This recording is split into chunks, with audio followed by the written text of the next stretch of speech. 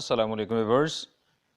एक morning show में अब्दुल सत्तार ईदी साहब की बेगम बिल्किस ईदी से सवाल किया गया कि अपनी ज़िंदगी का कोई दिलचस्प वाक़या सुनाएं। बिल्किस ईदी ने हंसते हुए बताया कि एक दफ़ा वो और ईदी साहब किसी शादी में शिरकत के लिए सखर जा रहे थे। रात का वक्त था। अंदरूने सिंध से गुजरते हुए एक मुकाम पर कुछ डाकू रास्ते में आ गए और हमारी गाड़ी रोड से उतार कर अंधेरे में ले गए। वहाँ पहले से कुछ गाड़ियाँ खड़ी थीं। डाकू लूट मार में मसरूफ़ थे।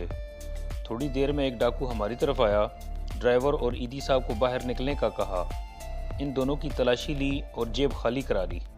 अचानक इस डाकू की नज़र ईदी साहब पर पड़ी और गौर से उनको देखने के बाद एक डाकू जल्दी से एक जानिब खड़ी जीप की तरफ गया और एक शख्स के साथ वापस आया।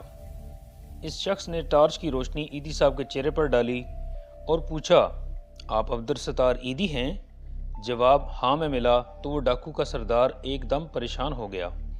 उसने बाकी डाकुओं को फौरी हुक्म दिया कि तमाम गाड़ियां जिनसे लूट मार की गई है उनको माल वापस किया जाए। डाकुओं के सरदार ने बाकायदा तौर पर ईदी साहब के हाथ चूम कर माफ़ी मांगी। मज़ीद हैरत की बात यह हुई कि जब वो सरदार हमें रुखसत करने लगा तो 20 लाख रुपए बतौर चंदा ईदी साहब के हवाले किया।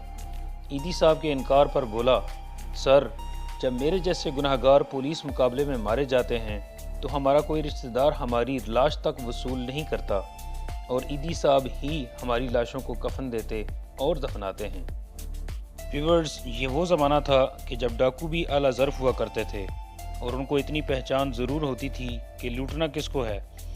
अपनी ज़िंदगी को इस अंदाज से गुजारें कि आपके सामने कम ज़र्फ़ भी आला ज़र्फ़ी का सबूत दें। मज़ीद इस तरह की वीडियोज़ के लिए हमारा चैनल रोशनास लाजमी सब्सक्राइब करें। आपका बहुत बहुत शुक्रिया।